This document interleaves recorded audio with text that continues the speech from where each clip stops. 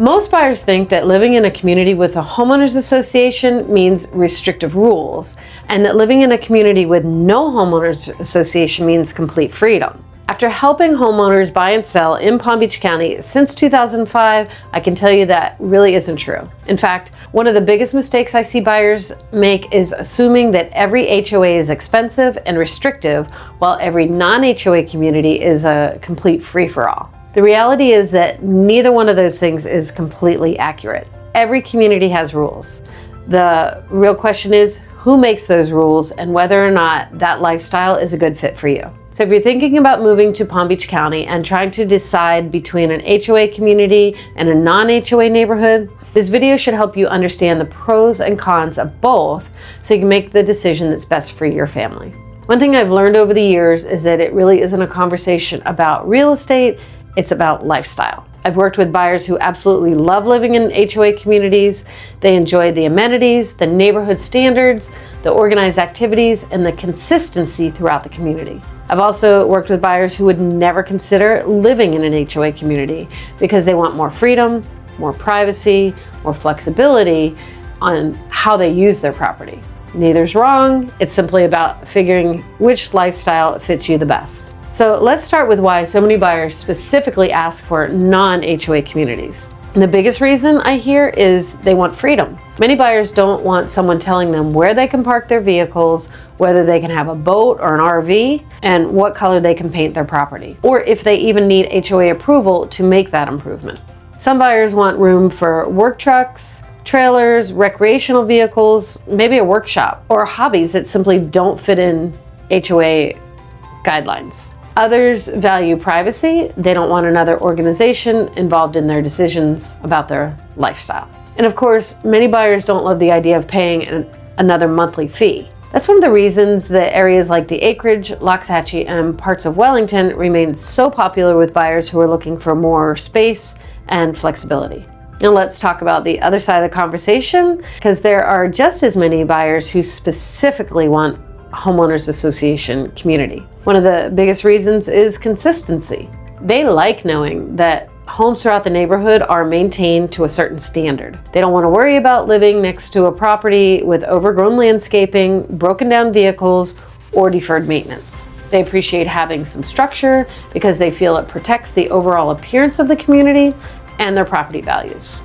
Amenities are another huge reason. Many communities offer pools, fitness centers, playgrounds, basketball courts, pickleball courts, and clubhouses and community events. For many families, those amenities become a big part of their lifestyle. And security is another big factor. A lot of buyers relocating from other states specifically ask for gated communities because they like the additional sense of privacy and controlled access. A great example here locally is Olympia in Wellington. Olympia has beautiful entrances, resort-style amenities, sports facilities, 4 manned gate entrances, and the kind of neighborhood where families often get to know each other, the kids grow up together. Many of the families living there enjoy the fact that their children attend many of the same schools and participate in activities within the neighborhood.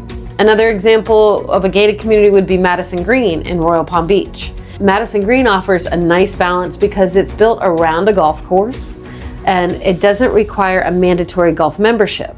Buyers can enjoy golf course views and well-maintained community without some of the costs associated with country club living. One of the things I always explain to relocation buyers is that HOA communities are not all the same. People often think that it's either a yes or no, but in reality there's different levels. Some communities have extensive amenities, higher fees, and more rules, where others have very low fees and very few restrictions. A good example of this is Saratoga Pines. The HOA fee is relatively low, pretty much under $100 a month. It's a non-gated community, but it offers amenities like a community pool, a playground, basketball courts, and a park-like setting. For buyers who want a little bit of structure and some amenities without paying several $100s a month in HOA fees, it's a nice middle ground option. At this point, I'm curious, do you want an HOA or would you rather a non-HOA community? Please let me know in the comments. I always enjoy hearing what people are looking for and why. I encourage buyers not to automatically eliminate every HOA community from consideration because there are many neighborhoods that offer exactly the balance that they are looking for. On the flip side, there are plenty of buyers who know from day one they do not want an HOA at all. These are often buyers who want room for a boat, an RV, work trucks, trailers, animals, or simply the freedom to use their property without asking for approval every time they want to make a change. Maybe they want to build the workshop, a detached garage, or put up a fence, or playground in the yard without having to worry about whether it's allowed or not. And honestly, that's exactly why my family chose the Acreage over 25 years ago. My husband's a farrier. We moved to the Acreage. We knew we wanted horses. We wanted room for animals, room for our children, and room to grow. What I didn't realize was that over time, how much our property would evolve with us over the years. First thing we did was fence the front yard for the dogs. Then we fenced the backyard for horses. We added a pool, and our daughters practically lived outside. We had swing sets, some play equipment, everything you could think of. I even had a couple people stop and ask me if I ran a daycare from my home because we had so much in the yard for the kids. As time went on, we built a barn, and over the years we've just enjoyed being able to have chickens and pigs and the horses and just really utilize our property. And now we even have a motorhome on the property without having to worry about paying storage fees. One of the things I love most about Acreage Living is that, like I said, the property has grown right along with our family. Instead of trying to fit our life into rules and regulations which didn't fit us. So we wanted the flexibility. However, it's important to remember a few things about non-HOA living. Large properties require work. Grass grows, trees need trimming, fences eventually need repairs, and there's always something that needs attention. Another thing buyers don't always consider is that there aren't built-in amenities like a clubhouse, pool, or playgrounds. So Palm Beach County has wonderful parks, and we utilize them so much, but it's different from simply walking down the street to a community facility. And friends are not always within biking distance. So when our daughters made friends at school, we usually had to drive them a mile or more because the homes in the Acreage are so spread out rather than a traditional subdivision. But even with those trade-offs, if I had to do it all over again, I would still choose Acreage Living. There's something special to me about being able to walk outside and have space around you, look up, see the stars, look out my back door, see my horses. And I love having room for projects and being able to do what I want on my property. For the right person, the freedom, flexibility that comes with Acreage Living is hard to replace. The key is simply understanding what you're getting before you buy, because Acreage Living is a lifestyle choice just as much as living in an HOA community is. And there's cost. Like I said, just because you don't have an HOA fee doesn't mean that you're not going to have costs. Many people compare non-HOA living to zero, maintenance fees, but that isn't the right comparison. Acreage properties use well and septic, and you may not have a traditional water bill, but you may be purchasing salt for your water system.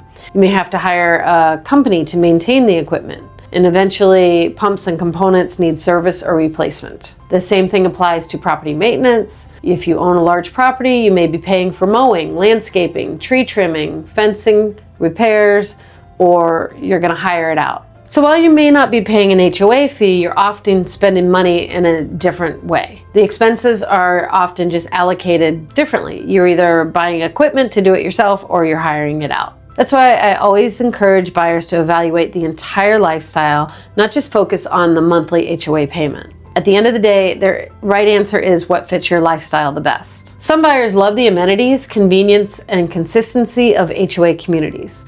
Others love the freedom, privacy, and flexibility that comes with non-HOA living. At the beginning of this video, I mentioned that there really isn't a real estate conversation, it's a lifestyle conversation. After helping buyers throughout Palm Beach County since 2005, I believe that's exactly what this decision comes down to. Every community has rules.